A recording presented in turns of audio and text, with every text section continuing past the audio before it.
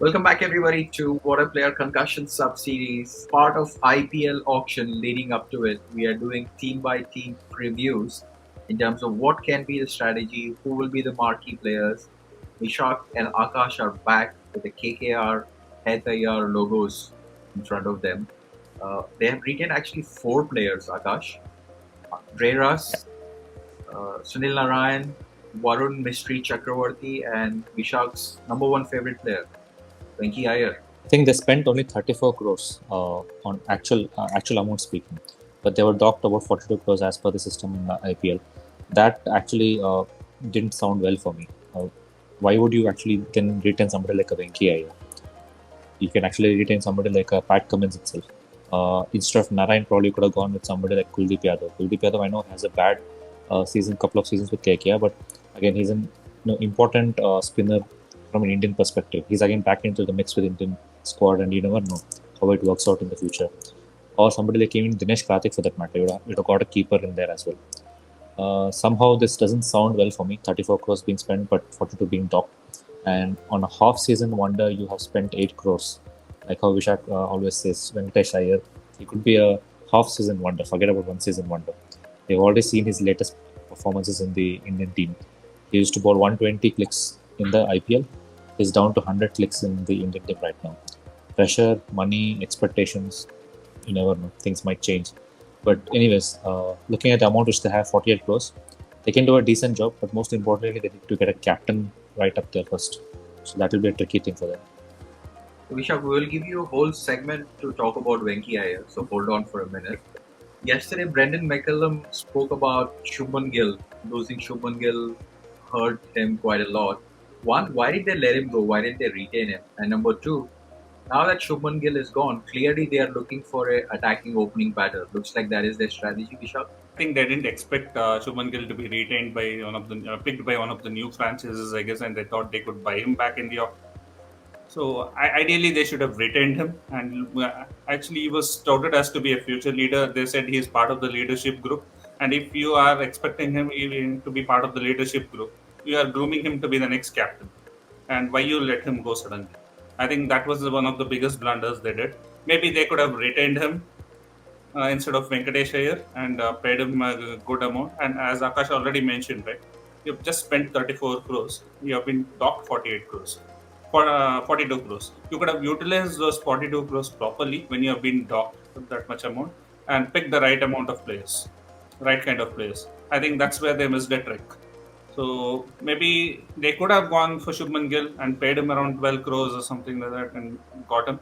And maybe made him captain as well. You never know. In captain, you like fortunes change because you can look at him for as a longer term captain or something like that, and things might work out.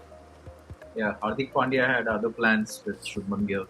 Uh, Dre Russ, we speak about Pujara, we speak about Rahane. Of course, we're talking about Test cricket comparisons, but did Dre Russ just get retained by the reputation and not form, Akash?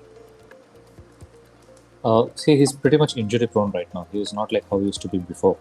But his credentials are what is what actually has won him the retention. If he goes back to the auction, he's again going to come at nothing less than 10 to 11 crores. And that segment, the all-rounder segment, seam bowling all-rounder segment, doesn't have too many people in there.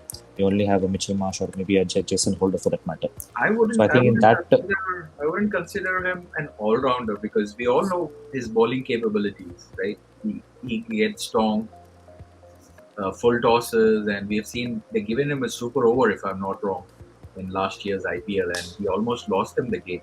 So I don't know about his bowling capabilities and his, like you mentioned, injury prone. So probably missed a trick, or like I again said, it's probably reputation. Because again, this morning, Baz McCullum says that we have to find a backup for Ray Russell. And why did we retain him? Reputation. I mean, that's like how you mentioned. He's done well for them, and if he's able to win them at least 7 games out of 14, that they will take it. Obviously, he can't strike every single ball like how he used to before.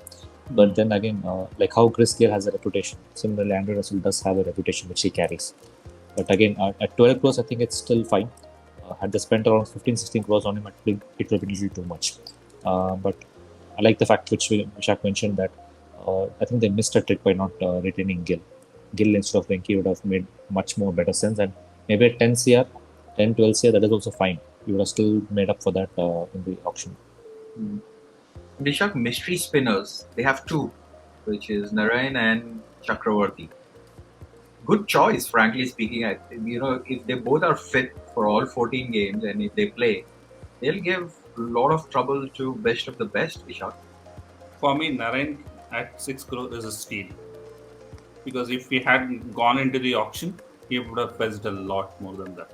Hmm. Because he is not the same kind of bowler with his actions remodeled or something, but still he gives you the 4 overs, does not go for more than 6 runs an over. So is you can place him at least in the league of Rashid Khan or something like that, who can control the game in the middle overs, picks up 1 or 2 wickets as well. So these kind of bowlers are pretty crucial, and if they go into the auction, they fetch a lot more. I was pretty surprised that he agreed for 6 crores, knowing that he would have been a very hot property going into the auction. So I think 6 crores he was a steal. Varun Chakravarthy, yeah, but looking at the World Cup, he didn't look like a mystery spinner. As Pakistani is mentioned that they play him these kind of bowlers in league cricket. But in IPL, definitely he has performed better.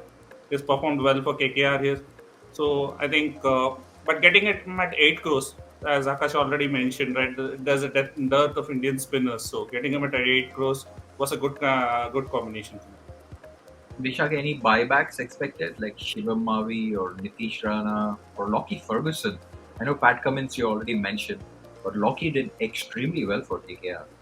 Yes, they might look for at least two good foreign fast bowlers, because that's been their strategy always. So, but I don't think they can buy back Pat Cummins, because Pat Cummins I think will go for a good kind of amount, 8 to 10 crores. But because now Mitchell Stark is not there, I think he will be one of the biggest buys in the auction. So I think Lockie Ferguson could definitely be a good buy for them, or they might go for someone like a Trent Bolt.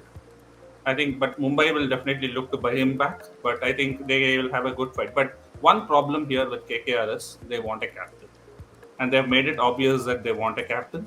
So they might gun for someone like a Shreyas Iyer, and if they need a Shreyas Iyer, they will have to shell out around 12 to 15 crores for him. And later they cannot look for this kind of players like Lockie Ferguson or any good foreign bowlers, because they come at a good cost again. Because you shell out 15 crores for one player, you're then left with only 33 crores in your purse. So you will have to spend it little wise. So it depends on whom they select as the captain, whether they go for Shreyas Iyer or some low profile player and then select as captain. That would be something which would be very crucial. And Akash, another team with lower purse, I think they will also look for youngsters. But what about Dinesh Karthik? Are the doors shut for KKR to have him back? Because he released a statement, I think, yesterday saying that the T20 hunger is still there and he'd look to still play for India. So, any chance of buying back DK? I think they'll move past him because he's not going to come easy as well, around 6 to 8 crores at least. So they'll move past him since they're not even looking at him as a captain. So probably they'll try and get back either a Robin Uthappa, he can open as well, he can keep, or somebody like a Saha as well. So they'll look for low budget keepers, is what I'll feel. Even from the pace bowling department, I think they definitely can't get back Cummins or Gould. I think they might go for Marco Janssen. Marco Janssen is pretty good, and he's a youngster. Around 3 to 4 crores, he'll fit the bill properly for them as an overseas, seamer. But if they have to go for a captain from an Indian standpoint, they'll probably go for Shreyas Iyer. And once they've spent so much on Shreyas Iyer, they definitely can't be looking at anybody beyond 6 to 7 crores for the rest. I'll make a big call about DK. Strong possibility that he'll go into Chennai Super Kings because Dhoni is on the verge of retirement. They need a solid, reliable keeper. So they potentially will look at seniors army. DK falls into that category. Or probably Sunrisers. Sunrisers are in desperate need. And I'll be surprised if they buy back Saha because I know Saha did well for us, but probably that those are the two teams DK will be hot cake. What do you guys think?